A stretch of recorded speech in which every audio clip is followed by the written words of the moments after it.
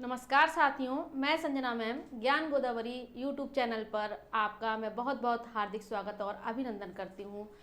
जैसा कि हम बात कर रहे थे जुडिशरी की प्रिपरेशन की, तो आज जुडिशरी की प्रिपरेशन में हम ये जानेंगे कि हमें और क्या क्या सब्जेक्ट पढ़ना है और किस तरीके से हमको तैयार करना है। तो एक तरीके से देखा जाता है सिविल प्रोसीजर कोड। आज हमको पढ़ना है नया सब्जेक्ट सिविल प्रोसीजर कोड यानी एक्ट नंबर 5।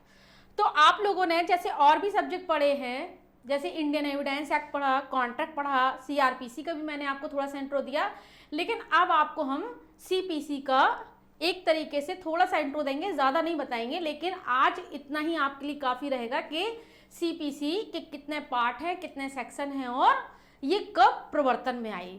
तो मेथड होता है हमारा सीपीसी का, तो ये जानने की ज़रूरत होती है कि सीपीसी का एक्ट नंबर 5 जो हमें पढ़ना है 1 जनवरी 1909 को ये इन्फोर्स हो गई है। अब बात आती है कि सीपीसी एक तरीके से एज ए सिविल प्रोसीजर, समझ के चलिएगा, as a civil procedure code. तो सिविल प्रोसीजर कोड और क्रिमिनल प्रोसीजर कोड, तो आप ये समझते हैं कि एक होता है सब्सटेंटिव लॉ और एक होता है एडजेक्टिव लॉ। तो अगर हम बात करते हैं सब्सटेंटिव लॉ की और प्रोसीजर लॉ की, तो बात आती है हमारे पास एक्ट नंबर 5 में कि हम ये देखते हैं कि सबसे पहले हमारे पास अगर एडजेक्टिव लॉ का पार्ट है या प्रोसीजर लॉ का पार्ट है, तो दोनों बातें हमको देखना है कि अगर हम देखेंगे एडजेक्टिव लॉ और प्रोसीजर लॉ, तो पहले हम बात करते हैं कि इसको हम 2 पार्ट में डिवाइड कर देते हैं। ये हमारा 2 पार्ट हो जाएगा, समझिएगा। तो पहले हम देखेंगे कि 2 पार्ट में अगर हमने देखा तो एक देखेंगे हम सब्जेक्टिव,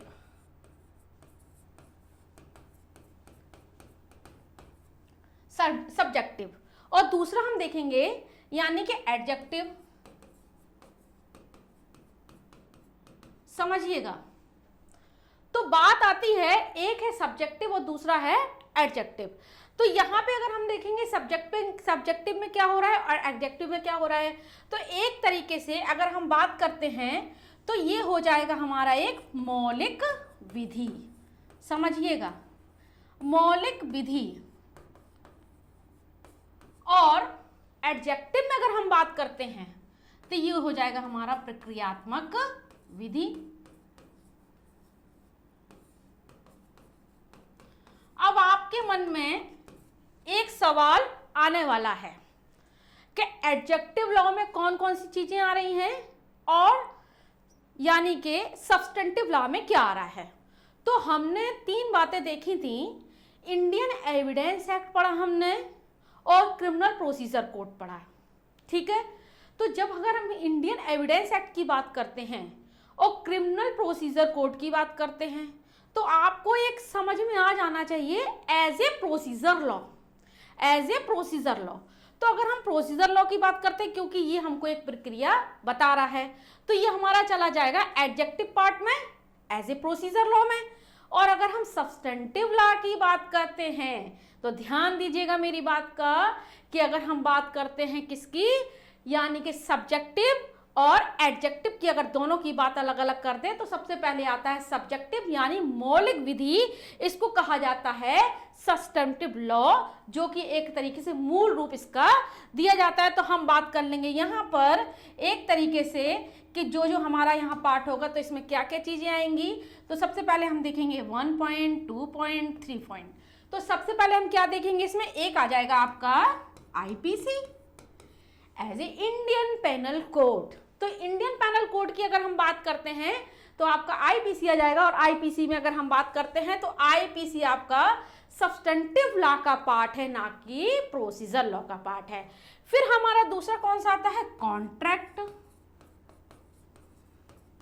कॉन्ट्रैक्ट हमारा क्या है, तो ये भी सब्जेक्टिव है, यानी कि इसको कहा जाएगा सब्सटेंटिव लॉ का पार्ट, सब्सटेंटिव लॉ का पार्ट जिसे कहा जाता है मौलिक विधि। उसके बाद आ जाता है हमारा ट्रांसफर ऑफ प्रॉपर्टी यानी कि टीपीए, समझ के चलिएगा। ट्रांसफर ऑफ प्रॉपर्टी, तो ये भी क्या है, हमारा सब्जेक्टिव पार्ट हो गया। तो ऐसे सब्सटेंटिव पार्ट हमारा क्या है, ये मूल विधि है यानी मौलिक विधि है। और मौलिक विधि आप समझ ही रहे हैं, जिसमें एक तरीके से डेफिनेशन विधि है और उसके साथ साथ उसको हमें कैसे पढ़ना है, आगे का प्रोसीजर भी हम इसमें थोड़ा सा जान लेते हैं। अब आ जाती है आपके पास एडजेक्टिव यानी कि प्रोसीजर लॉ। तो इसमें भी हम जान लेंगे 3 part, first, second, then third.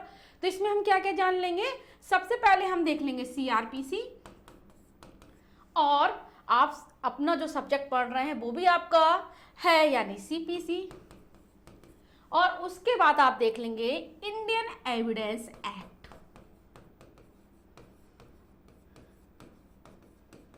Indian evidence act, और उसके साथ एक और देख लेंगे लिमिटेशन एक्ट। अब आ गई ना बात समझ में, देखिए तो बात आ रही क्या हमारी, सब्जेक्टिव और एडजेक्टिव। आप समझ के चलिएगा, एज ए मूल विधि और दूसरा प्रोसीजर लॉ।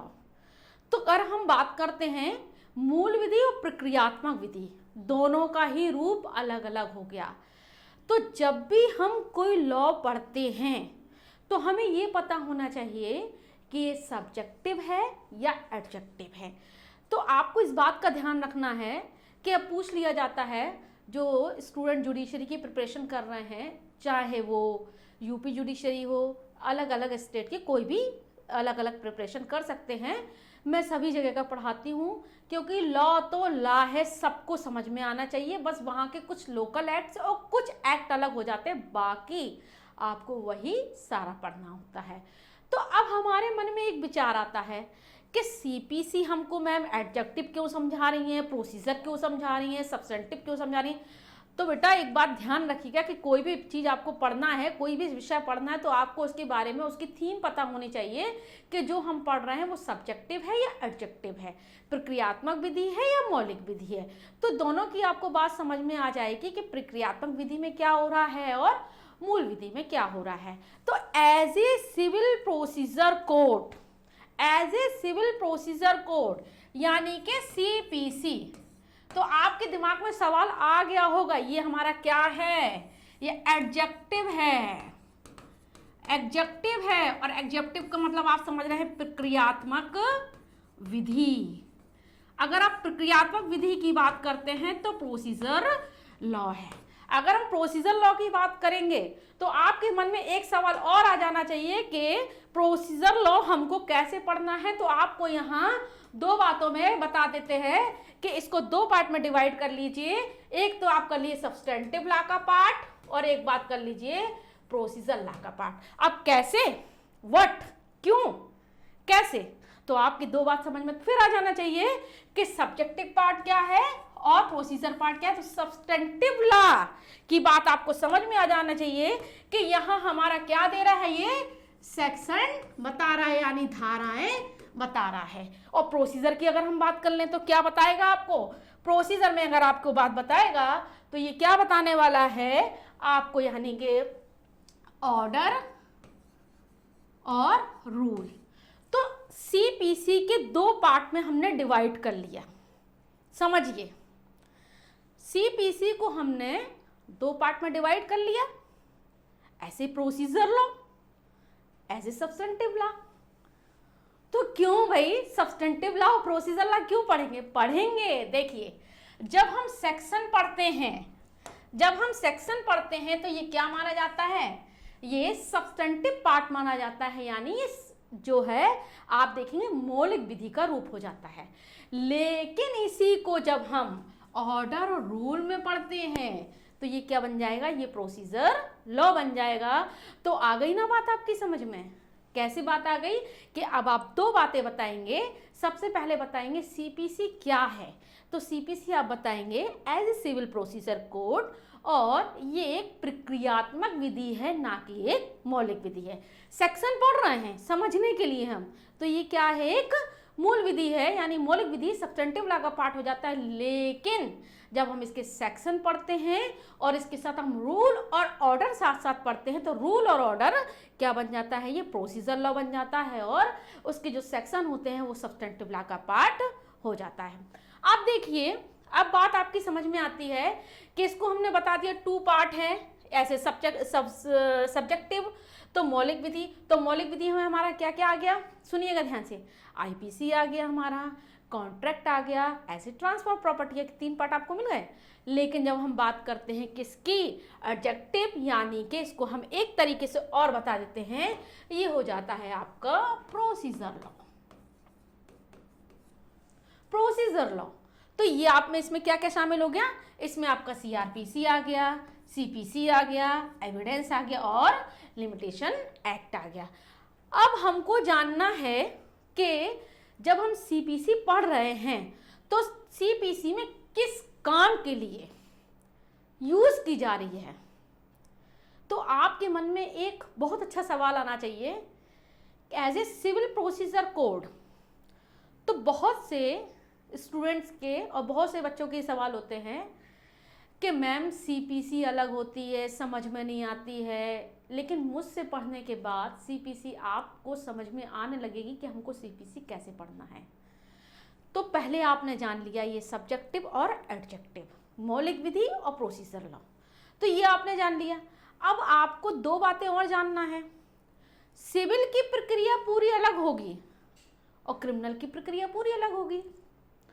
तो जब हम बात करते हैं क्या सिविल और क्रिमिनल मैटर साथ साथ चल सकते हैं, तो सिविल और क्रिमिनल मैटर क्या साथ साथ चल सकते हैं।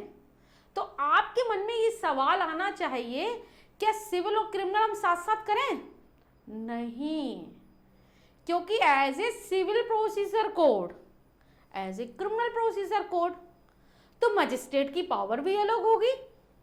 वहाँ हम पढ़ते हैं judicial magistrate, class 1 magistrate, second class magistrate, CGM, court of जज साहब तो भाई वो ही रहेंगे, लेकिन बदल क्या जाएगा, बस कभी वो सिविल के मामले देखते हैं तो सिविल जज बन जाते हैं, जब क्रिमिनल के मामले देखते हैं तो जज साहब मजिस्ट्रेट बन जाते हैं। दोनों में फ़र्क यही तो है। लेकिन जब हम बात करते हैं कि क्या सब्जेक्ट होगा, किस तरीके से देखा जाएगा, सिविल में क्या क्या चीज़ें आएंगी, तो अब हम चलते हैं नेक्स्ट टॉपिक पे, जो हमने देख लिया पहले 1 जनवरी 1909 को ये इन्फोर्स में आ गई और एक्ट नंबर 5 है, और हमने एक तरीके से सब्जेक्टिव देख लिया और एडजेक्टिव देख लिया। अब बात हम क्या देखेंगे कि ये सब्जेक्टिव है, एडजेक्टिव है, लेकिन इसके साथ साथ ये करती क्या है, सीपीसी का काम क्या है, हमें सीपीसी का यूज़ क्या करना है, क्यों ज़रूरत पड़ती है। क्योंकि हम क्रिमिनल मामले के लिए नहीं जा सकते हैं, इसलिए सिविल मैटर है तो हम सिविल में ही जाएंगे। तो सबसे पहले आपकी बात दिमाग में आ जाना चाहिए कि इसका सब्जेक्ट क्या होगा। तो हम सब्जेक्ट के लिए अब देख लेंगे कि इसके सब्जेक्ट में हमें क्या लेना चाहिए।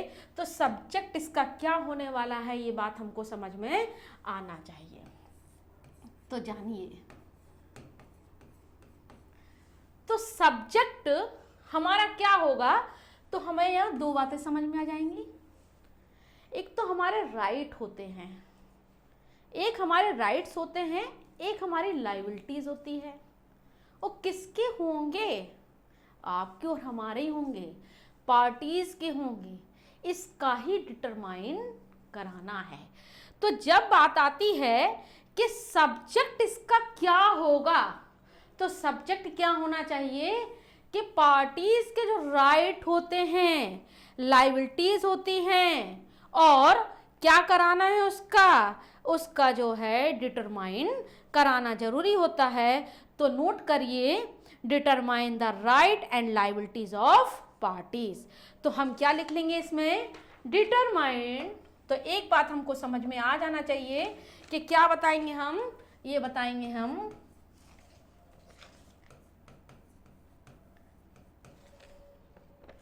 डिटरमाइन द राइट्स एंड, और उसके बाद देखेंगे हम लायबिलिटीज।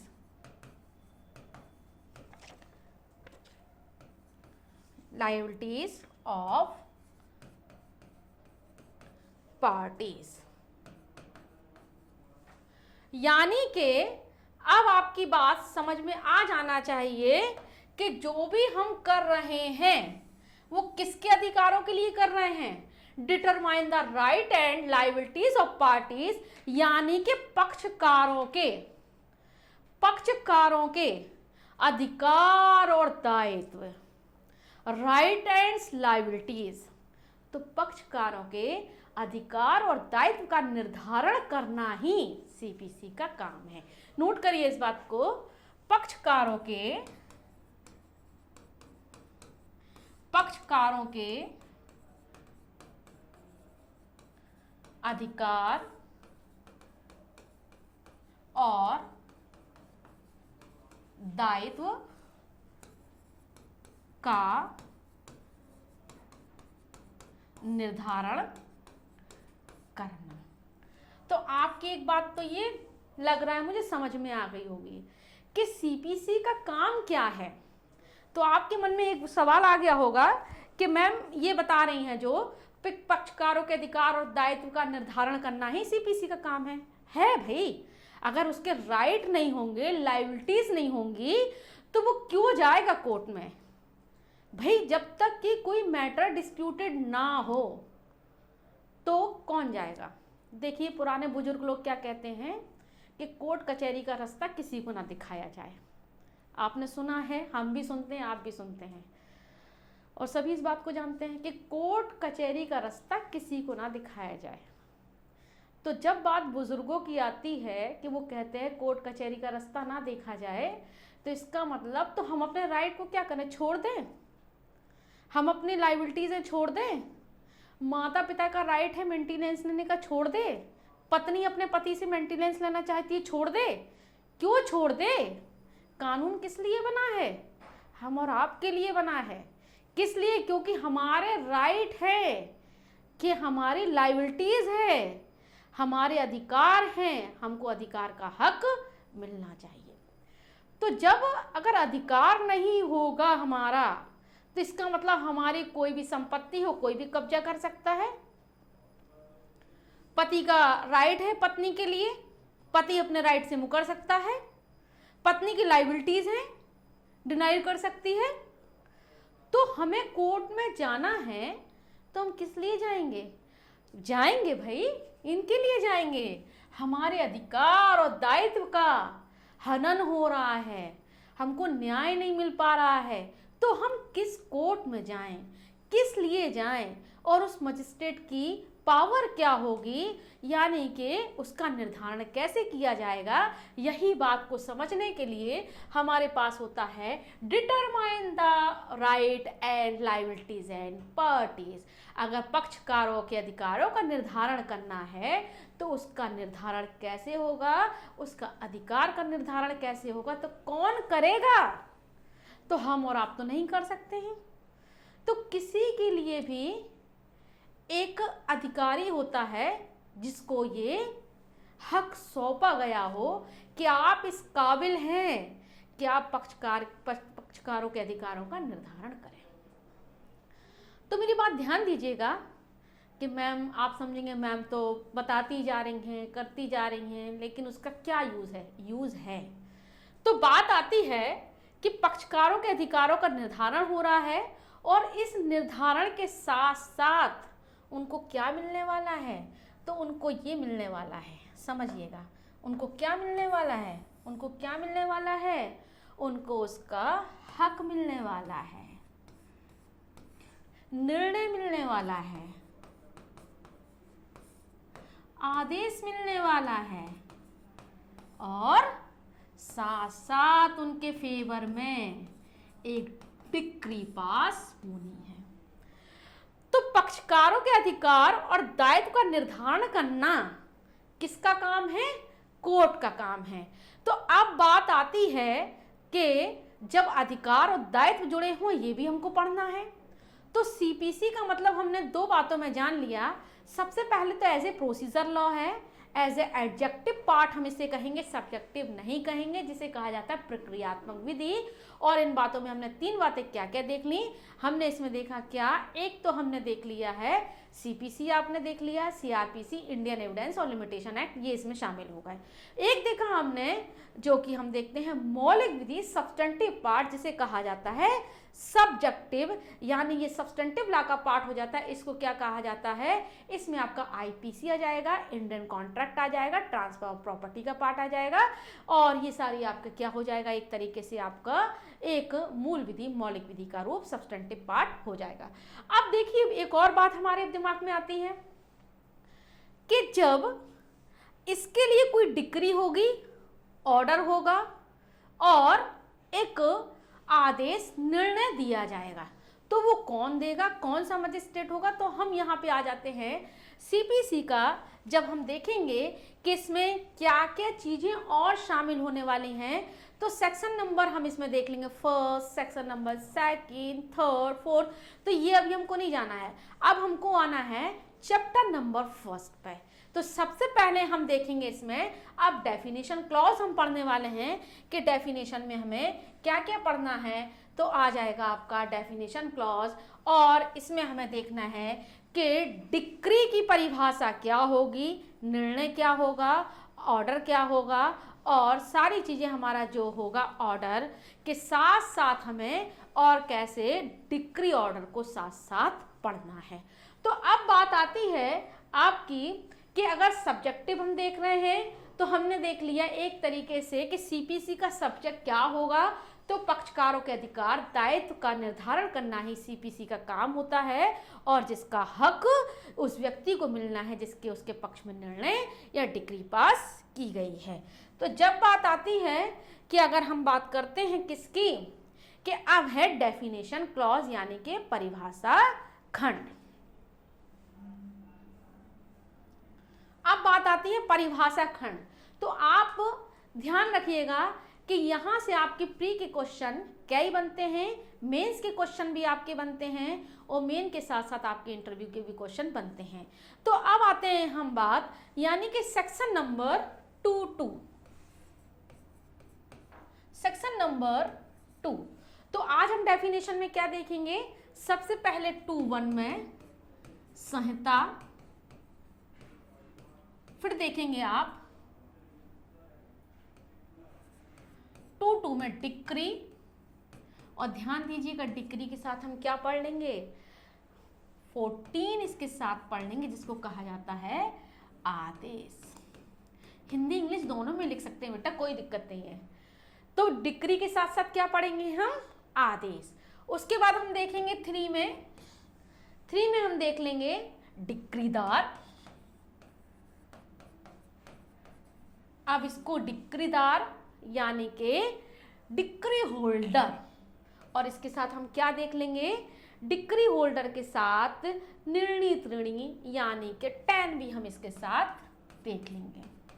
अभी मैं बाद में बताने वाली हूं आपको कैसे पढ़ना है इसमें। निर्णीत ऋणी, तो यानी कि आप क्या देखेंगे, संहिता, उसके बाद देखेंगे डिक्री, डिक्रीदार, डिक्री होल्डर, फिर उसके बाद आप देखेंगे यानी कि सरकारी प्लीडर भी देख लेते हैं। तो सरकारी प्लीडर आप देख लेंगे 7 में, पूरा नहीं पढ़ना है। सरकारी प्लीडर आप देख लेंगे, इंपॉर्टेंट चीजें पढ़ना है, बहुत ज्यादा नहीं इसमें, क्योंकि जहां से क्वेश्चन पूछा जाता है मोस्टली प्री के तो क्वेश्चन यहां से बन जाते हैं। और फिर उसके बाद आप पढ़ लेंगे 8 में न्यायाधीश, न्यायाधीश देख लेंगे। फिर आप देख लेंगे 10th में न्यायाधीश। उसके बाद 9 में देख लेंगे आप निर्णय, निर्णय देख लेंगे।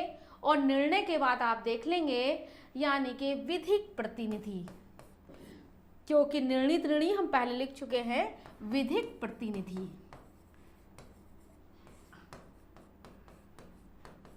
इतना ही छोड़ते हैं, और इसमें बस केवल आज हम क्या जानेंगे, डिक्री और ऑर्डर। देखिए हर स्टूडेंट के मन में एक विचार आता है कि डिक्री क्या होगी, ऑर्डर क्या होंगे, और डिक्री क्यों दी जा रही है, डिक्री का रूप कैसा होगा, ऑर्डर कैसा होगा, तो ये हम जानेंगे नेक्स्ट टॉपिक में। अभी इतनी और जान लीजिए, इसमें विधिक प्रतिनिधि, फिर आ जाएगा आपका संपत्ति का अंतःकालीन लाभ।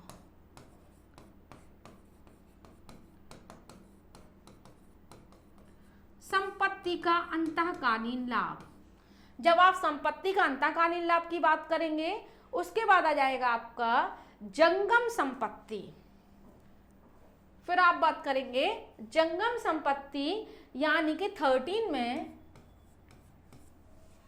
जंगम संपत्ति, तो आप बात कर लेंगे यहाँ पर जंगम संपत्ति की कि हमको इसमें और क्या देखना है। तो जंगम संपत्ति की बात कर लेंगे और उसमें आप क्या देख लेंगे कि जब मान के चलिए यहाँ आ जाएगा जंगम संपत्ति, तो अब बात आ जाती है आपकी, यानी कि जंगम संपत्ति, तो हम बात करेंगे किसकी, जंगम संपत्ति, तो आ जाएगा 213 जंगम संपत्ति। और जंगम संपत्ति जब आप पढ़ेंगे तो आपको दिमाग में आ जाना चाहिए तुरंत, तो आप आईपीसी भी देख लेंगे और टीपीए भी देख लेंगे। तो आप कहाँ देखेंगे, ये आप सेक्शन देखिएगा, ये मैं नहीं बताऊंगी। अगर मैं बता दूंगी तो आप पढ़ोगे कैसे, और इस चैनल को लाइक सब्सक्राइब करोगे और उसके बाद फिर हमारी ऑनलाइन क्लास में एडमिशन भी लोगे। तो आपके काम है इसको देखना, सर्च करना, जिससे आपको माइंड में रहे कि हमको डायरेक्ट कैसे पढ़ना है, जिससे आपको सेक्शन भी तैयार होंगे, ये आपको देखना है। चलिए सोच लीजिएगा कि मैम को नहीं आता है, कोई बात नहीं, लेकिन मुझे लगेगा कि आप ढूंढ रहे हैं, इसको सर्च कर रहे हैं, बताइएगा, मैं आपसे पूछूंगी। फिर आ जाता है आपका, यानी कि 14th में हम जान ही रहे हैं ऑर्डर यानी आदेश, तो आदेश की बात कर लेंगे और उसके बाद हम कर लेंगे प्लीडर।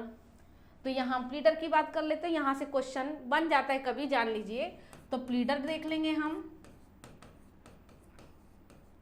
प्लीडर देख लेंगे और उसके बाद आपका आ जाता है 18 में नियम,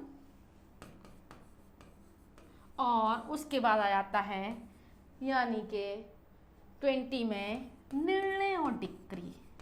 अब देखिए निर्णय और डिक्री, इसको पढ़ लीजिएगा, ऑर्डर नंबर 20। तो सीपीसी का जो मूल रूप है कि हमें क्या क्या जानना है और किस तरीके से पढ़ना है, तो आपने दो बातों में समझ लिया है कि एडजेक्टिव पार्ट क्या है, सब्जेक्टिव पार्ट क्या है। तो अब बात आती है डिक्री, डिक्री होल्डर, और उसमें आप बात पढ़ेंगे जजमेंट डेटर, यानी कि हमको ये सारी चीजें जानना है। तो हमारा नेक्स्ट टॉपिक रहेगा सबसे बड़ा, सबसे अच्छा, सबसे इंपॉर्टेंट पार्ट, जिसको कहा जाता है निर्णय और डिक्री। तो जब डिक्री अगर हमें पढ़ना है तो हमको पता होना चाहिए प्लेन क्या है, रिटन स्टेटमेंट क्या है, उसके बाद हम ये देखेंगे रिटन स्टेटमेंट के बाद समन कैसे आ रहा है, और समन के साथ साथ कैसे नोटिस जा रहा है, और उसके इश्यूज कैसे फ्रेम हो रहे हैं, पार्टीज कैसे आ रही है कोर्ट में, कोर्ट क्या होगा। तो ये सारी चीज़ें हम नेक्स्ट टॉपिक में पढ़ने वाले हैं। तो आप इसको आज थोड़ा सा ध्यान दीजिएगा कि आपको पढ़ना है डिक्री। तो डिक्री को मैं बता देती हूँ, डिक्री वैसे तो 2 पार्ट में होती है, प्रारंभिक डिक्री और अंतिम डिक्री, लेकिन एक और होती है अंशतः प्रारंभिक डिक्री और अंशतः अंतिम डिक्री। तो नेक्स्ट टॉपिक हमारा रहेगा डिक्री। तो डिक्री आप थोड़ा सा पढ़ लीजिएगा। बस एक बात ध्यान रखिएगा, पक्षकारों के अधिकार और दायित्व का निर्धारण करना ही सीपीसी का काम है। तो जब आप डिक्री पढ़ें तो अपने अधिकार को याद रखिएगा, और इस YouTube चैनल पे आप बने रहिए, लाइक करिए, सब्सक्राइब करिए, और सभी स्टूडेंट को बताइए कि आपको ऑनलाइन क्लासेस की अच्छी जानकारी मिल रही है, और आके आप यहाँ पढ़िए, ऑनलाइन क्लासेस स्टार्ट हो गई हैं। Thank you.